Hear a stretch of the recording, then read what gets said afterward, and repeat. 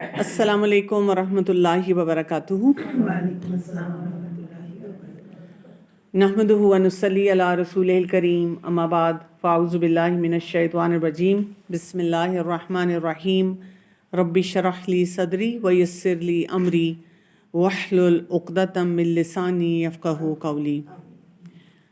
اچھا جی، کچھ احادیث آپ کے ساتھ شیئر کروں گی۔ ابو سعید خدری رضی اللہ عنہ سے روایت ہے، نبی کریم صلی اللہ علیہ وسلم نے فرمایا، کوئی مرد کسی دوسرے مرد کا سطر نہ دیکھے، نہ ہی کوئی عورت کسی دوسری عورت کا سطر دیکھے، اور نہ ہی کوئی مرد دوسرے مرد کے ساتھ عریاں ہو کر ایک کپڑے میں لیٹے، اور نہ ہی کوئی عورت کسی دوسری عورت کے ساتھ عریاں ہو کر ایک ہی کپڑے میں لیٹے۔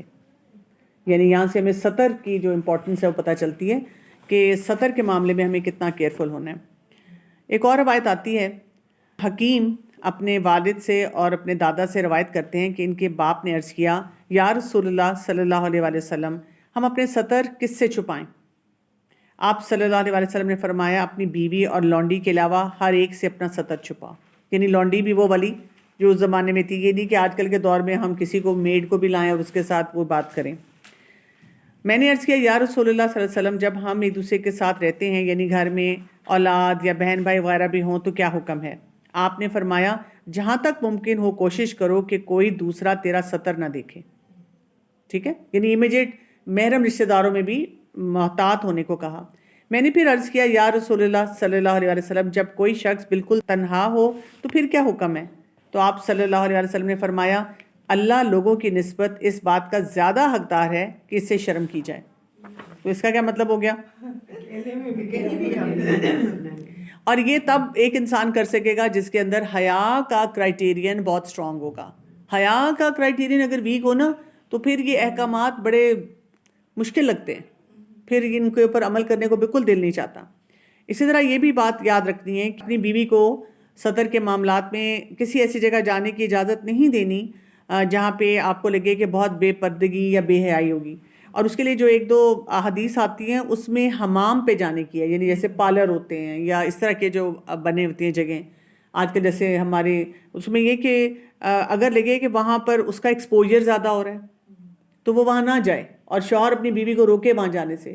یہ نہیں منع کیا کہ بیوٹیفائی نہ کرے، یہ نہیں منع کیا کہ وہ پارلر جا نہیں سکتی، یہ کہا گیا کہ دیکھ کے جائے کہ وہاں پہ وہ کس کام کے لیے جا رہی ہے اور اپنا سطر کتنا ایکسپوز کر رہی ہے۔ جیسے آپ دیکھیں کہ جب خواتین اپنی ویکسنگ کرواتی ہیں، پرائیویٹ پارٹ کی کرواتی ہیں، دیٹ یو کی ناٹ ڈو، یہ آپ کسی اور سے نہیں کروا سکتے، یہ آپ کو خود کرنی ہے، اس چیز کے لیے منع کیا گیا ہے۔ یا ایون اس طرح کا جب لوگ کوئی لیزر ٹریٹمنٹ بھی کراتے ہیں تو then you have to be careful about it کہ کس طرح سے آپ کروائیں گے۔ جیسے جب لوگ اس طرح کی جگہوں پہ جاتے ہیں تو وہاں پہ کئی دفعہ وہ مرد بھی ہوتے ہیں، ہاں آج کل تو بہت ہوتے ہیں، کیمرے بھی لگے ہوتے ہیں۔ کیمرے تو خیر سیکیورٹی کے لیے ہوتے ہیں، تو سیکیورٹی تو آج کل ضروری ہے، لیکن یہ کہ پھر آپ کو ظاہر ہے چیک رکھنا ہوتا ہے، ان کو پوچھنا ہوتا ہے کہ بھئی یہ کیمرے جو ہے ان کا کیسا ایکسپوجر ہے، کیا چیز ہے۔ تو ہر چیز کے معاملے میں ہمیں بہت محتاط ہونا پڑتا ہے۔ ڈاکٹر صاحب کچھ کیسز ہوئے تھے جس میں یہ بوتیکس وغیرہ پہ ان کے جو ڈریسنگ رومز ہوتے ہیں وہاں پہ انہوں نے کیمرے سے امیجز لے کے جی جب چینجنگ روم، ہاں جی، چینجنگ روم کی بھی ہمارے پاس ایسے کیسز آ جاتے ہیں نا، تو اسی لیے اس میں محتاط ہونے کے لیے کہا گیا۔ ایک اور نریشن میں آتا ہے، عائشہ رضی اللہ عنہا فرماتی ہیں کہ ایک محنث یعنی ہیجڑا ازواج مطہرات کے پاس آیا کرتا تھا، اور ازواج مطہرات اسے ان لوگوں میں سے ہی سمجھتی تھی جو نکاح کی حاجت مند نہیں ہوتے، تو اسی وجہ سے وہ ان کو فرینکلی آنے دیتی تھی۔ ایک روز رسول اللہ صلی اللہ علیہ وسلم تشریف لائے اور وہ ہیجڑا بھی بیٹھا تھا اور کسی عورت کی تعریف ان الفاظ میں کر رہا تھا کہ فلاں عورت سامنے آتی ہے تو اس کے پیٹ میں 4 بل پڑتے ہیں، اور جب وہ واپس پلٹتی ہے تو 8 بل پڑتے ہیں۔ رسول اللہ صلی اللہ علیہ وسلم نے یہ باتیں سنی تو فرمایا، اچھا یہ ہیجڑا ابھی عورتوں کی باتیں جانتا ہے، آج کے بعد یہ تمہارے پاس نہ آیا کرے۔ اس کے بعد ازواج مطہرات نے اس سے پردہ کرنا شروع کر دیا۔ ٹھیک ہے، تو ہمارے یہاں پہ جو پارلرز وغیرہ میں بھی اس قسم کے ہوتے ہیں اور ہم کہتے ہیں کہ نہیں یہ تو ہمارے جیسے ہیں اور وہ آتے تھے، ہمیں پوری کوئی ڈیٹیل کچھ نہیں پتہ ہوتی، جسٹ ہیئر سے پہ، جی جسٹ ہیئر سے پہ ہم یہ سارے کام جو ہے وہ کر رہے ہوتے ہیں۔ پھر ایک اور نریشن میں آتا ہے، عائشہ رضی اللہ عنہا سے روایت ہے کہ حضرت اسماء بنت ابو بکر رسول اللہ صلی اللہ علیہ وسلم کی خدمت میں حاضر ہوئیں اور ان کے جسم پر باریک کپڑے تھے۔ رسول اللہ صلی اللہ علیہ وسلم نے ان کی طرف سے منہ پھیر لیا اور فرمایا، اسماء، عورت جب جوان ہو جائے تو اس کے چہرے اور ہتھیلیوں کے علاوہ اس کے بدن کا کوئی حصہ نظر نہیں آنا چاہیے۔ تو آپ دیکھیں کہ گائیڈنس دی. ہمارے یہاں پہ اگر کوئی ایسے کرے تو ہم کہیں گے فلاں از سچ اے ریجڈ پرسن, میسوجنسٹ. ہمیں تو وہ نام یاد آ جاتے ہیں کہ ہم نے کوئی نہ کوئی لیبل دے دینا ہے کہ یہ عجیب ہیں اور یہ لک ڈاؤن کرتے ہیں, یہ دل نہیں دیکھتے اور دل کا پردہ ہوتا ہے اور دل صاف ہونا چاہیے اور پتہ نہیں کیا کیا ہم باتیں بنانا شروع کر دیں گے. یعنی ہم یہاں پہ اتنے ہم ٹرانسپیرنسی سے کسی سے بات ہی نہیں کر سکتے کہ یہ بات درست نہیں ہے. اس کے بعد ہم دیکھتے ہیں کہ جو ہمیں لباس کے بارے میں پتہ چلتا ہے. عبداللہ بن عباس رضی اللہ عنہ فرماتے ہیں ایام جاہلیت میں عورت بیت اللہ کا طواف عریاں ہو کر کرتی اور ساتھ یہ کہتی کہ کون مجھے عاریتاً کپڑا دیتا ہے جس سے میں اپنی شرمگاہ کو ڈھانپ لوں. آج تو میری شرمگاہ ساری کی ساری یا اس کا کچھ حصہ کھلا ہی رہے گا. بہرحال جتنا بھی کھلا رہا میں اسے کسی پر حلال نہیں کروں گی.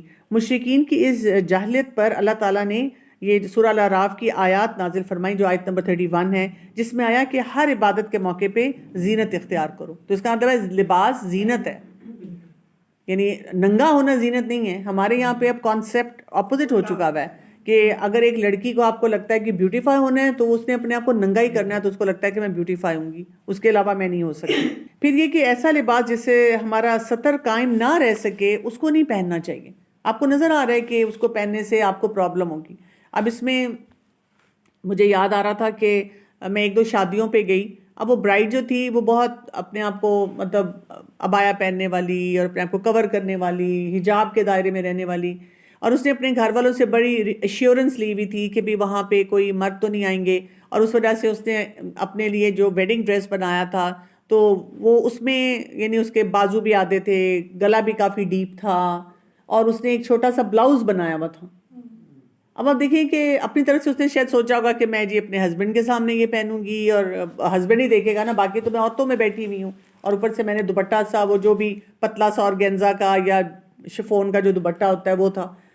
لیکن ہوا یہ کہ اس کی جو باقی فیملی ممبرز تھے وہ کوئی اتنے ریلیجس نہیں تھے, اور شادی کے موقع پہ آپ دیکھیں کہ بڑے بڑے جو ہیں وہ اس ٹائم پہ سٹینڈ نہیں لے پاتے, اور اس کے ساتھ یہی ہوا کہ وہ لڑکے والے بھی جو تھے وہ سب اندر آ گئے اور سب لوگ وہاں بیٹھے ہوئے, اور وہ اتنی کیوٹک سچویشن ہوگی and the girl couldn't do anything. تو مجھے جب بھی بچیاں پوچھتی ہیں جب ان کی شادی ہو رہی ہوتی ہے کہ ہم کیا کریں, ہمارے لیے یہ مسئلہ, ہماری فیملی 50-50 ہے, کوئی اتنی پکی نہیں ہے, تو پھر اس میں ان کو یہ سمجھاتی ہوں کہ پھر آپ چانس نہ لیں, آپ اپنا ایسا لباس بنائیں, ویڈنگ ڈریس بھی ایسا بنائیں جس سے آپ کا سطر پورا کور ہو رہا, تاکہ یہ کہ اگر آپ کے ایک دم کوئی مرد اندر آ جاتا ہے تو دین یو آر مطلب آپ نے بہت اسٹرانگ اسٹینڈ دیا ہو. لیکن میری ایک چیز جیسے جو اسلامک ملک ہے, ٹرکی ہے, موروکو ہے, اس میں اتنے حمام ہیں اور ظاہر وہ عورتیں لے لاتی ہیں لیکن سطر تو کھل جاتا ہے. نہیں پھر وہ پہن کے رکھتی ہے نا. دیکھیں آپ اسلامک کنٹریز ہیں, بات یہ ہوتی ہے کہ اسلامک کنٹری ہونا از نو کرائٹیرین.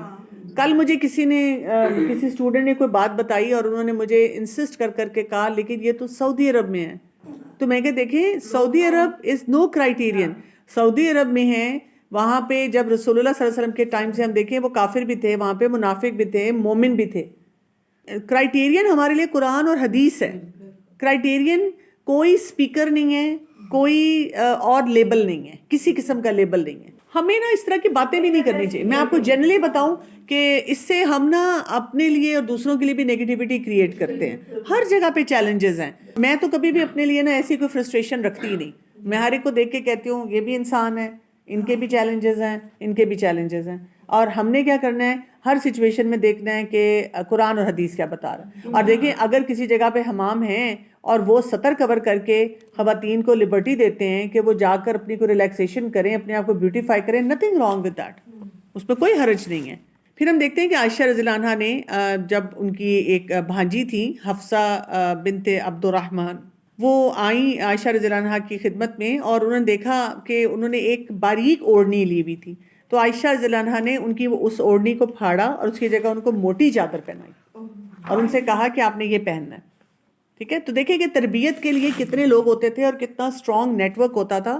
اور ہم بھی اگر 2 جنریشن پہلے چلے جائیں, ہمارے بزرگ جب ہمیں کچھ بتاتے تھے تو ہم چپ کر کے خاموشی سے وہ کام کر لیتے تھے, ہم کبھی بھی آرگیو نہیں کرتے تھے. پھر یہ بھی یاد رکھتے ہیں کہ عبداللہ بن عمر رضی اللہ عنہ کہتے ہیں رسول اللہ صلی اللہ علیہ وسلم نے فرمایا جس نے دنیا میں شہرت حاصل کرنے کے لیے لباس پہنا, اللہ تعالیٰ اسے ذلت کا لباس پہنا کر جہنم کی آگ میں ڈال دیں گے.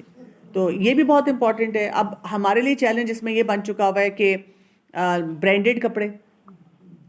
اب ہم برانڈ لیتے ہیں. اب دیکھیں برانڈ جب آپ کوئی بھی پہنتے ہیں تو نہ چاہتے ہوئے بھی آپ کے دل دماغ میں آتا ہے کہ میں نے ایک اچھا برانڈ پہنا ہے. جب آپ کسی کو بتاتے ہیں وہ بھی آپ کو اپریشیٹ کرتا ہے, وہ تم نے فلان جگہ کا پہنا ہے.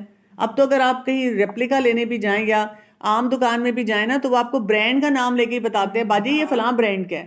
اور اگر آپ کہتے ہیں نا نہیں یہ ڈیزائن نہیں اچھا, باجی یہ فلاں برانڈ کا ہے, یہ تو آج کل سب سے زیادہ ہٹ ہے, یعنی وہ بھی آپ کو یہ ریمائنڈر دے رہے ہوتے ہیں. تو ہمیں اپنے اوپر بڑا چیک رکھنا پڑتا ہے. اچھا برانڈ پہننے میں کوئی حرج نہیں ہے, اچھا برانڈ کیری کرنے میں بھی کوئی کسی قسم کا حرج نہیں ہے اگر آپ اس کے ساتھ کمفرٹیبل ہیں. لیکن اگر وہ دل میں جب ایسے خیالات آنا شروع ہو جائے نا کہ مطلب میں بڑی چیز ہوں, دیکھو میں تو برانڈیڈ چیزیں پہنتی ہوں اور میں اس طرح سے رہتی ہوں, وہاں پہ we need to be very careful.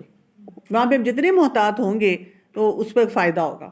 میں کچھ سال پہلے جب گئی ہوئی تھی باہر ٹریول کر رہی تھی تو I was with my sister, تو وہاں کوئی سیل لگی ہوئی تھی بڑے اچھے برانڈ پہ, تو لیکن پھر بھی وہ بہت مہنگے تھے سیل میں بھی. میں بار بار اٹھاؤں رکھوں, مجھے کہتی کیا سوچ گئی, میں کل سوچ رہی ہوں ایک لے ہی لوں, سیل لگی ہوئی ہے. اس نے مجھے کہا کہ آپ کو اس کی ضرورت ہے یا آپ صرف برانڈ کی وجہ سے لے رہی ہیں. وہ ایسا مجھے لگا کہ اس نے دھچکا مجھے لگایا. میں نے کہا مجھے ضرورت نہیں ہے. کہتی پھر کیوں لے رہی ہیں, ڈونٹ بائی اٹ. پھر آپ کو کیا ضرورت ہے کہ آپ اپنا سارا پیسہ انرجی اس پہ ویسٹ کریں نا. تو میں نے کہا ہاں یو آر رائٹ. تو کہتی آپ کو اتنی قیمت میں 4 بیگز مل جائیں گے. میں کہتی مجھے 4 بیگ بھی نہیں چاہیے, وہ تو پڑے پڑے خراب ہو جائیں گے, مجھے تو ایک ہی چاہیے. کہتی پھر آرام سے سستا والا لے لیں اور وہ لیں جو آپ کی ضرورت کو پورا کرے. تو اس کے بعد سے جو ہے نا وہ میرا دل بالکل کلیئر ہو گیا کہ مجھے کیا کرنا چاہیے.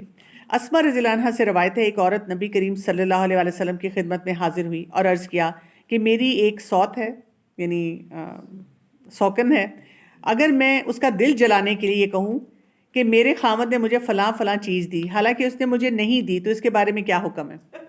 اب دیکھیں نیچرل ایموشنز کے ساتھ لوگ رسول اللہ صلی اللہ علیہ وسلم کے پاس آتے تھے. اس سے یہ بھی پتہ چلتا ہے, اور اس سے یہ بھی پتہ چلتا ہے کہ کوئی بھی معاملہ آپ کی زندگی کا ہو تو اس کو ریزالو کرنے کے لیے ٹرو پکچر بھی بتانی چاہیے. ہم کیا کرتے ہیں, ہمیں جیلسی فیل ہو رہی ہے, غصہ آ رہا ہے, نفرت ہو رہی ہے, دل نہیں چاہ رہا, وہ ہم اندر رکھ کے ہم اللہ کی خاطر کر کے اور الحمدللہ اور ماشاءاللہ پڑھتے ہوئے نا سارے غلط کام کر رہے ہوتے ہیں. رسول اللہ صلی اللہ علیہ وسلم نے فرمایا جس کے پاس کوئی چیز نہیں اور وہ ظاہر کرے کہ اسے ملی ہے تو یہ ایسے ہی ہے جیسے کوئی فریب کے 2 کپڑے پہن لے. اب دیکھیں انہوں نے بھی کوئی اتنا لمبا چوڑا لیکچر نہیں دیا, کوئی ایسی بات نہیں کی کہ وہ تو تمہاری جو سوکن ہے اس کے ساتھ ایسے نہیں کرنا چاہیے اور یہ غلط بات ہے اور اللہ کا شکر ادا کرو. بس ایک میٹر آف فیکٹ بات بتا کے اس بات کو ریپ اپ کر دیا. ہم کیا کرتے ہیں کہ کبھی کبھی کوئی ہمارے پاس آ کے کوئی مسئلہ پوچھنے کی بھی کوشش کرے تو ہم اس کو اتنا شرمندہ کر دیتے ہیں کہ وہ تباہی ہو جاتی ہے اس معاملے میں نا. تو اس سے بھی اپنے آپ کو بچا کے رکھنا چاہیے. چلیں جی آج کی آیات پہ آتے ہیں. ہم نے آیت نمبر سورہ نور ہم کر رہے ہیں اور آیت نمبر 34 پہ ہم نے ختم کیا تھا. آیت نمبر 35 کو ہم دیکھ رہے ہیں. اللہ نور السماوات والارض مثل نورہ کمشکات فیہا مصباح المصباح فی زجاجہ الزجاجۃ کأنہا کوکب دری یوقد من شجرۃ مبارکۃ زیتونۃ لا شرقیۃ ولا غربیہ یکاد زیتها یضیء ولو لم تمسسہ نار نور علی نور یہدی اللہ لنورہ من یشاء ویضرب اللہ الامثال للناس واللہ بکل شیء علیم. بہت ہی خوبصورت آیت ہے. سورہ نور میں یعنی جو کچھ بھی ابھی تک ہم نے احکامات پڑھے, سزائیں پڑھی, سد ذرائع پڑھے, اب ہمیں اس آیت میں اللہ تعالیٰ جو ہے بتا رہے ہیں اصل ہمارا جو مسئلہ ہے, اصل جو چیز جو ہمارے لیے پرابلمیٹک بنی ہوئی ہے, جس کی وجہ سے ہم اپنے مسئلوں کو حل نہیں کر پا رہے اور ہمیں چیلنجز پہ چیلنجز ہو رہے ہیں. اللہ نور السماوات والارض, اللہ نور ہے آسمانوں اور زمین کا. نور کیا ہے؟ نور بیسیکلی یہاں پہ جو بتایا جا رہا ہے, یہاں پہ جس ریفرنس سے آیا ہے وہ یہ ہے کہ اللہ تعالیٰ جو کچھ بھی ہمیں سکھاتا ہے, جو کچھ بھی بتاتا ہے, وہ ایک نور کی طرح, ایک روشنی کی طرح. اللہ تعالیٰ کے ساتھ جو کنیکشن ہے وہ ایک روشنی کی طرح. اللہ کا نام بھی نور ہے, اللہ تعالیٰ اپنی ذات میں نور ہے, اللہ تعالیٰ اپنی صفات میں نور ہے. تو ایک نور ہوتا ہے حقیقی جو کہ غیر مخلوق ہے, جو کہ اللہ کا نور ہے, اور ایک نور ہوتا ہے جو مخلوق کا نور ہے. جو روشنی ہمیں دنیا میں نظر آتی ہے, جیسے یہ لائٹس ہیں, یہ بھی تو نور کی شکل ہے. سورج ہے, یہ بھی نور کی شکل ہے. دن ہوتا ہے, یہ بھی نور کی شکل ہے. تو یہ جو نور ہوتا ہے یہ ایک مخلوق کی شکل ہے، لیکن یہاں پہ جو ذکر ہو رہا ہے یہ غیر مخلوق کی بات کی جا رہی ہے. یہ نہیں ہے اس کا مطلب کہ اللہ ہر جگہ موجود ہے اور اللہ کا نور ہر چیز میں تلاش کرو اور اللہ زمین اور آسمان میں اس طرح سے موجود ہے. نہیں، بیسیکلی ہمیں یہ بتایا جا رہا ہے کہ اللہ تعالیٰ سب کا پیدا کرنے والا ہے، آسمان اور زمین کا، اور اللہ کا نور یہ ہے کہ اللہ سب کی رہنمائی کرتا ہے. اللہ سب کو ایک روشنی دیتا ہے، انلائٹنمنٹ دیتا ہے، ویژن دیتا ہے، سوچ دیتا ہے، خیر دیتا ہے. نور جو ہے یہ ایمان ہے، علم ہے، ہدایت ہے. ہر چیز کو بنانے والا اللہ ہے، ہر چیز کو روشن کرنے والا اللہ ہے. اسی کی وجہ سے سب کچھ ہے. اگر اللہ نہ ہوتا تو کوئی چیز ایگزسٹ نہ کرتی. اللہ یہ ہدایت نہ دیتا، یہ روشنی نہ دیتا، یہ علم نہ دیتا، کوئی چیزیں ایگزسٹ نہ کرتی، فنکشنالٹی ان کی ختم ہو جاتی. اب یہاں پہ یہ بتایا جا رہا ہے، پہلا کانسیپٹ تو ہمیں یہی سمجھنا ہے کہ اللہ نور ہے. اللہ نور السماوات والارض. اللہ نے سب چیزوں کو روشن کیا، سارے سسٹمز بنائے، سب کچھ ہمیں سکھایا، اور جو کچھ اس نے ہمیں سکھایا وہ بہترین ہے، بہترین ہے. ابھی ان 2-4 دنوں میں میری ینگ مدر سے بات ہوئی اور ان کا چیلنج یہ آ رہا تھا کہ جیسے ان کی سپریشن ہوئی ہے، طلاق ہو رہی ہے، بچے ہیں، پریشان ہیں. آپ دیکھیں کہ جب بھی ایک عورت کی طلاق یا خلا ہوتی ہے تو مرد کے پاس ایک ہی ہتھیار ہے، وہ بچوں کی وجہ سے اس عورت کو تنگ کرتا ہے، میں بچے لے لوں گا. حالانکہ شادی کے دوران بھی کبھی بچے کو سنبھالا ہی نہیں، بچے کو اٹھایا بھی نہیں، بچہ مینج بھی نہیں کرنا آتا، میں بچہ لے لوں گا. اور میں کئی دفعہ سوچا کرتی تھی کہ جیسے اس میں یہ ہے کہ چھوٹا بچہ ہو تو ماں کے پاس رہے، لیکن اگر وہ عورت شادی کر لے تو بچہ باپ کے پاس چلا جائے. اس وجہ سے عورتیں شادی نہیں کرتی کہ جی میرا بچہ لے لیں گے، نہیں میں ساری عمر ایسے ہی رہوں. اگلا بھی ایکسیپٹ نہیں کرتا، اور یہ بھی بڑی بچوں کی بڑی مشکل. اچھا، پھر اس کے بعد 7 سال کا بچہ ہو تو جی کورٹ میں باپ اس کو کلیم کر لے، اور اگر بچہ کہے تو وہ بھی اس کو ملے گا. اتنے سارے ایسے چیلنجز ہمیں نظر آتے ہیں جس میں ہم سوچتے ہیں کہ کتنی زیادتی ان اے وے لگتی ہے نا کہ جی عورت کے لیے کتنے بڑے بڑے چیلنجز ہیں. ایسے ایک دن بیٹھ کے میں سوچ رہی تھی اور ان میں سے ایک خاتون نے کہا کہ میں نے تو فیصلہ کر لیا، میں اتنی تھک گئی ہوں، میں نے فیصلہ کر لیا کہ میں نے بچے باپ کو دے دینے، کیونکہ میری بس ہو گئی ہے. میں اتنی چیزوں کو مینیج کرنے کی کوشش کر رہی ہوں اور میں کس چیز کو دیکھوں. جب اس نے باپ کو بچے دینے کی بات کی تو باپ نے بہت ساری چیزوں سے وڈرا کر لیا.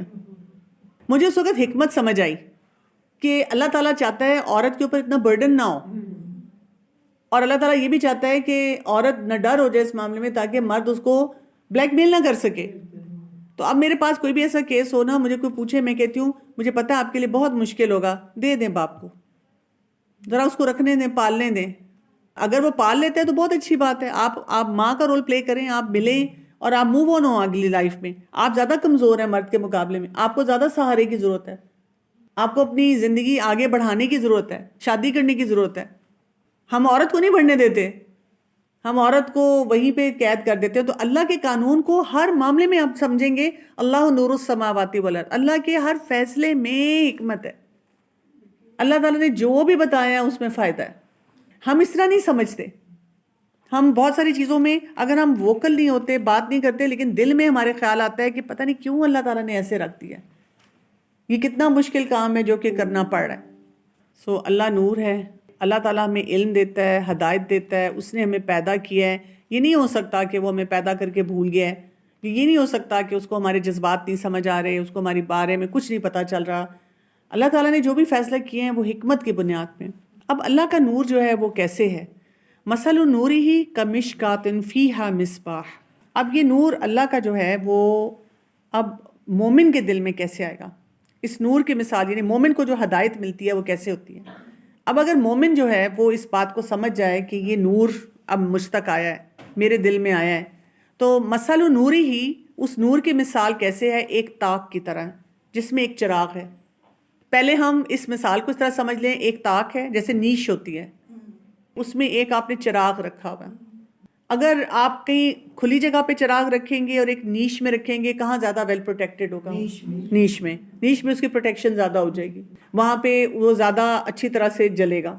پھر کیا ہے؟ المصباح فی زجاجہ. اب وہ جو چراغ ہے ایک تو وہ نیش میں ہے، اس میں وہ پروٹیکٹڈ ہے، پھر اس کے بعد اس کے اوپر ایک شیشہ ہے، ایک کورنگ ہے. کورنگ سے کیا ہوگا؟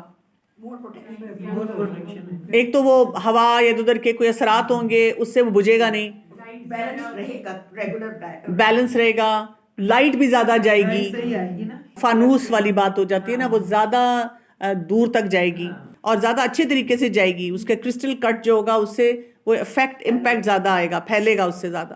پھر الزجاجۃ کأنہا کوکب درّی، وہ شیشہ گویا کہ وہ تارا ہے چمکتا ہوا، یعنی وہ شیشہ بھی بڑی فائن کوالٹی کا ہے. جیسے آپ ایک ہلکا سا کوئی بلب لگاتے ہیں اور ایک اچھی کوالٹی کا لگاتے ہیں. پھر کیا جو روشن کیا جاتا ہے ایک درخت سے، اب اس کا وہ جو آئل ہے کہاں سے آ رہا ہے؟ شجرۃ مبارکۃ زیتون، زیتون کا آئل ہے، بیسٹ آئل جو ہے اس کو مل رہا ہے. اور اس میں کیا لا شرقیت ولا غربیہ، یعنی زیتون کا درخت جو ہے نہ ایسٹرن ہے نہ ویسٹرن ہے، بیسٹ سوائل میں ہوتا ہے. اب آپ سوچیں نیش ہے، نیش میں وہ دیا ہے، دیے کے اوپر اپنا شیڈ ہے، شیڈ بھی بہترین کوالٹی کا ہے، اس کو جو آئل مل رہا ہے سورس ہے وہ بھی بہترین ہے. تو اب کیا ہے، قریب ہے کہ تیل اس کا وہ روشن ہو جائے، اور اگرچہ نہ چھوئے اسے کوئی آگ، نورن علی نور، وہ تیل روشن رہتا ہے. اگر اس کو کوئی فردر چیز نہیں بھی ملتی تو اس کی خوبصورت لائٹ جو ہے وہ آ رہی ہے. یعنی ایک تو روشنی ہے، اوپر سے جو اس کی پروٹیکشن ہے ہر طرح کی، اس کی جتنے ایلیمنٹس ہیں وہ اتنے شاندار ہیں کہ اس کو ایمپلیفائی کر رہے ہیں، اس کے امپیکٹ کو ایمپلیفائی کر رہے ہیں. یہدی اللہ لنورہ من یشاء، اللہ ہدایت دیتا ہے اپنے نور کی طرف جس کو وہ چاہتا ہے. اور پھر کہا وَيَضْرِبُ اللَّهُ الْأَمْثَالَ لِلنَّاسِ، اور بیان کرتا ہے اللہ مثالیں لوگوں کے لیے. اللہ تعالیٰ نے یہ جو مثال بیان کی ہے اس کو سمجھیں ہم. اب یہاں پہ بات کس کی ہو رہی ہے؟ ایک مومن کی ہو رہی ہے. مومن جو ہے، جب اللہ تعالیٰ مومن کو ہدایت دیتا ہے تو اس کے لیے اللہ تعالیٰ نے مومن کے دل کو چنا ہے. اور وہ دل جو ہے مومن کا وہ کہاں پہ ہے؟ اس کے سینے میں ہے، وہ ویل پروٹیکٹڈ ہے، وہاں پہ اس کے سینے میں پروٹیکٹڈ ہے. اور پھر اس کے بعد اللہ تعالیٰ نے اوپر فانوس اس کا دیا. فانوس کیا ہے؟ جو اس کا ماحول ہے، اس کے ارد گرد جو لوگ ہیں. اندر تو ایک اس کی چیز جل ہی رہی ہے، اندر تو ایک چیز اس کو جو ہے وہ صحیح طرح سے ملی ہوئی ہے، لیکن اب وہ کیا ہے، اس کو ہر طرف سے خیر ہی خیر کس طرح سے مل رہی ہے. اللہ تعالیٰ کو جب اس کو ہدایت دے رہا ہے تو اس کی ایک فطرت ہے جو اس کو ایکسیپٹ کر رہی ہے. دیکھیں ہم اکثر کہتے ہیں کہ اللہ تعالیٰ نے فطرت پہ پیدا کیا ہے، ماحول ہے جو اس کو خراب کرتا ہے. تو یہاں کیا بتایا جا رہا ہے کہ اللہ تعالیٰ جب ہدایت دے رہا ہے اس کو، اور اس کو ماحول بھی اب اچھا مل گیا، اچھے دوست، اچھے ساتھی، ماں باپ سمجھانے والے، گھر کا ماحول، جہاں ایجوکیشنل سسٹم میں جاتا ہے وہاں کا ماحول، دوست اچھے، مربی اچھے، مینٹورز اچھے، سب کچھ اس کو اچھا مل گیا. اب کیا آ رہا ہے کہ اس کا آئل، اب یہ آئل کون سا ہے جو اس کو مل رہا ہے؟ زیتون کا تیل. لیکن انسان کو زیتون کا تیل کون سا مل رہا ہے؟ قرآن. اب وہ قرآن بھی پڑھ رہا ہے، یعنی اللہ نے فطرت میں دے دیا خیر، پھر اللہ تعالیٰ نے اس کے دل میں اس کو ہدایت دے دی تو وہ نور چمک آ گیا، اس کا وہ جل گیا دیا. ٹھیک ہے، نیش موجود تھی، دیا تھا.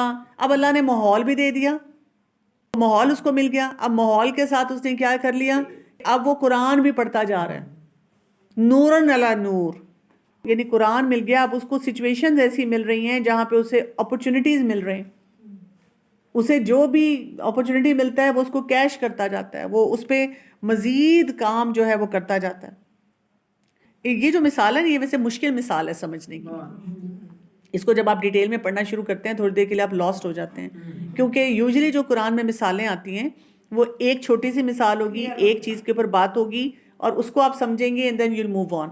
لیکن اس میں اتنی لیئرز ہیں اور ہر لیئر کے کو سمجھنا اور اس لیئر کو انٹرنلائز کرنا جو ہے نا وہ بڑا ایک چیلنجنگ کام ہے. آپ تھوڑا سا کھو جاتے ہیں اس میں. تو اس میں بیسیکلی بتایا جا رہا ہے کہ جو انسان کو ہدایت ملتی ہے نا اللہ کی طرف سے، اس کی جو ایک کیفیت ہوتی ہے وہ یہ کہ وہ کیسی ہوتی ہے، کس کو ہدایت ملتی ہے، کس کو فائدہ ہوتا ہے. یہی ہمارے سوال ہیں. میں پردہ کرنا چاہتی ہوں، میں کور کرنا چاہتی ہوں، میں حیادار ہونا چاہتی ہوں، ہو نہیں پاتی. اللہ نے تمہیں ہدایت دے دی، مجھے کیوں نہیں ہدایت مل رہی؟ تو ہدایت جو ہے اس کے لیے اللہ تعالیٰ نے ہمیں کنٹینر دیا ہوا ہے. ہم سب کے پاس دل ہے کہ نہیں ہے؟ ہم سب کو اللہ تعالیٰ نے کنٹینر دیا ہوا ہے. ہم میں سے کوئی نہیں کہہ سکتا کہ جی میرے پاس دل نہیں ہے. پھر اس کے بعد اللہ تعالیٰ نے ہمیں اس دل کو جب دیا ہے تو اس دل کے ساتھ اللہ تعالیٰ نے ہمیں وہ اپرچونیٹیز بھی دی ہیں. ہم سب کے اچھے دوست بھی ہیں اور کچھ ایسے بھی ہمارے ارد گرد لوگ ہوتے ہیں جن کو ہم بیڈ کمپنی کہہ سکتے ہیں کہ وہ ہمیں غلط راستے کی طرف لے کے جاتے ہیں. ہم میں سے کوئی نہیں کہہ سکتا کہ ہمارا کبھی بھی کوئی دینی دوست نہیں ہے. یعنی آپ اگر اپنے بچوں سے بھی پوچھیں گے، اگر وہ بہت زیادہ ایسے لوگوں میں اٹھتے بیٹھتے ہیں جو صرف گانے، میوزک اور وہ rock and roll lifestyle, تو آپ ان سے پوچھیں تمہاری کلاس میں یا تمہارے سرکل میں کوئی نہیں ہے جو قرآن پڑھنے والا، کوئی نہیں ہے حجابی لڑکی. ہر کوئی کے کہاں ہے. لڑکے بھی کہیں گے ہاں ایک ہے دوست میرا وہ مسجد جاتا ہے. اور ہمیں دل میں ہوتا ہے کہ تم اس کے ساتھ کیوں نہیں جاتے ہیں. اچھا شوہر کے ساتھ بھی ایسے ہی ہوگا. ہم اپنے ساتھ بھی دیکھیں تو ہم سب کو اللہ تعالیٰ نے کہیں نہ کہیں وہ اپرچونٹی دیا ہے کہ ہم اس ماحول کو اڈاپٹ کر سکتے ہیں. ہم خود غلط ڈائریکشن میں جا رہے ہوتے ہیں. تو اللہ تعالیٰ نے بندے کو جو ہے ایمان اور ہدایت جو ہے وہ دی ہوئی ہے، اس کے راستے بنائے ہوئے ہیں، اس کو اپرچونیٹیز دیے ہوئے ہیں، اور وہ اپنے لیے بھی فائدہ مند ہو سکتا ہے، وہ دوسروں کے لیے بھی فائدہ مند ہو سکتا ہے. آپ دیکھیں اسی کام کو کرتے ہوئے دوسروں کو فائدہ دے سکتا ہے. نور اللہ نور یہی ہے نا، جب ایک چراغ روشن ہوتا ہے اور اچھے طریقے سے روشن ہوتا ہے، خود تو وہ جل رہا ہے، دوسروں کو بھی وہ کتنے فائدے دے رہے ہیں. ہم اسی ہدایت کے ذریعے دوسروں تک بھی کیسے پہنچ سکتے ہیں.